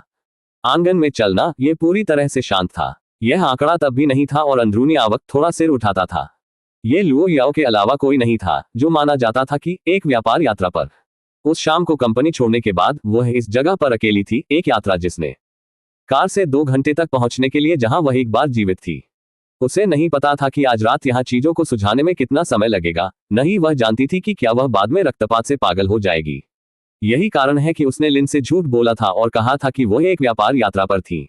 एक पुरानी इमारत से दूसरे के बाद गुजरना, वह जल्द ही पिछवाड़े में मुख्य घर पहुंची। चूंकि आप लौट आए हैं, क्यों नहीं आते? लुओ याओ ने धीरे धीरे दरवाजा खोल दिया और प्रवेश किया। उसकी आंखें एक मॉकिंग टकटकी के अंदर बूढ़े आदमी को स्कैन कर रही थी। बूढ़ा आदमी एक व्हीलचेयर में बैठ गया, लुओ याओ को अपनी आंखों में एक अविकसित अभिव्यक्ति के साथ देख रहा था। लुओ याओ की अचानक उपस्थिति का सामना करना पड़ा। पुराने मास्टर लुओ ने ज्यादा घबराहट नहीं दिखाई। क्या मुझे दादाजी भी नहीं बुला सकते हैं? लुओ याओ ने उसकी तरफ कदम से कदम बढ़ाया, उसकी ऊंची एड़ी की आवाज एक मौत की घुटनों की तरह फर्श पर क्लिक कर रही थी। तब यह पुराना मास्टर लुओ को अपनी रीढ़ की हड्डी के नीचे एक ठंडा महसूस करना शुरू हुआ। उन्हें नहीं पता था कि क्यों इस पागल लड़की की आभा अचानक बहुत भयानक हो गई थी। यह ऐसा था जैसे यह मृत्यु की बदबू ले गई। लुओ याओ मुस्कुराया, एक मुस्कुराहट जो दोनों चमकदार और भयानक थी। फिर एक हल्की हंसमुख आवाज में उसने बात की, बुरे आदमी, यहां तक कि आपके पैरों के साथ भी टूटा हुआ है, फिर भी आप चुप रह सकते हैं। ये व्हीलचेयर में कैसे महसूस करता है? बूढ़ा आदमी फेंक दिया, जैसे कहने के लिए, क्या आप नहीं जानते कि मेरे पैर कैसे टूट गए? दिन के दौरान सभी को साफ करना और इस जगह को बंद कर दिया। मुझे पता था कि आप वापस आ जाएंगे। तो क्या आप इस बार वापस लाता है? लुओ याओ ने सिर हिलाया, बुरा नहीं है, आप अभी तक पूरी तरह से सेनिल नहीं है। वास्तव में ये कुछ भी बड़ा नहीं है। आपकी पोती ने आपसे 2 चीजें उधार लेने के लिए लौटा दिया है, लेकिन मुझे डर है कि मैं उन्हें वापस नहीं कर पाऊंगा। ठंड पसीना पुराने मास्टर लुओ की रीढ़ की हड्डी में गिरावट आए। आप उधार लेना चाहते हैं? लुओ याओ ने एक हाथ रखा, 2 अंगुलियों के साथ एक वी बना दिया और उन्हें पुराने मास्टर लुओ में बताया, तुम्हारी आंखें, जब से आप लोगों पर बहुत प्यार करते हैं तो मैं आपकी आंखों को उधार दूंगा। इस तरह आप हर समय मुझ पर नजर रख सकते हैं। उसका स्वर लगभग चंचल था, लेकिन इसने हर किसी की रीढ़ को नीचे भेज दिया। पुराने मास्टर लुओ ने अविश्वास में उसे देखा। आप अयोग्य पोती। लुओ याओ, क्या आप मुझसे ऐसा नहीं चाहते थे? क्या यह नहीं है, तुम लुओ परिवार मुझे आकार दिया। क्या तुमने नहीं कहा था कि मैं लुओ परिवार की पोती होने के लिए सबसे उपयुक्त था? तो मैं अनफिलियल क्यों हूं? देखो कि मैंने लुओ परिवार को कितनी अच्छी तरह विकसित किया है। चिंता मत करो, ये चोट नहीं पहुंचाएगा। मैं बहुत ही सभ्य और धीमा हो जाऊंगा क्योंकि मैंने अपनी आंखों को बाहर निकालने के लिए फेंकने के लिए ग्लास मार्बल के साथ खेलने के लिए भाग लिया। जैसा कि उसने बात की, लुओ याओ के हाथ में एक ठंडा चमक दिखाई दी। ओल्ड मास्टर लुओ फ्यूरियस था। क्या वह आदमी आपके लिए इतना महत्वपूर्ण है? आपको अपने दादा को नुकसान पहुंचाने के लिए पर्याप्त महत्वपूर्ण है। लुओ याओ ने ओल्ड मास्टर लुओ की उग्र अभिव्यक्ति और छेड़छाड़ की। आप एक कुत्ते की तरह असहाय रूप से दिखते हैं। जैसा कि उसने बात की, उसके कदम नहीं रुक गए। कोई भी जिसने आंख को लक्षित करने की हिम्मत की, कोई फर्क नहीं पड़ता कि वे कौन थे, उन्हें बचाया नहीं जाएगा। जब वह ओल्ड मास्टर लुओ से कुछ ही कदम दूर थी, तो एक साइड वॉल अचानक खोला गया और कई लोग बाहर निकल गए। नेता एक भाप नाजुक उपस्थिति वाला एक आदमी था। उस आदमी को लैंग हा, ओल्ड मास्टर लुओ के विश्वसनीय सहयोगी का नाम दिया गया था। आखिरी बार लुओ याओ ने ओल्ड मास्टर लुओ के पैरों को तोड़ दिया था। लैंग हा एक मिशन पर दूर हो गया था और उसे रोकने में सक्षम नहीं था। लुओ याओ की ओर उनकी भावनाएं जटिल थी, नफरत, प्रशंसा, भय और नाराजगी का मिश्रण।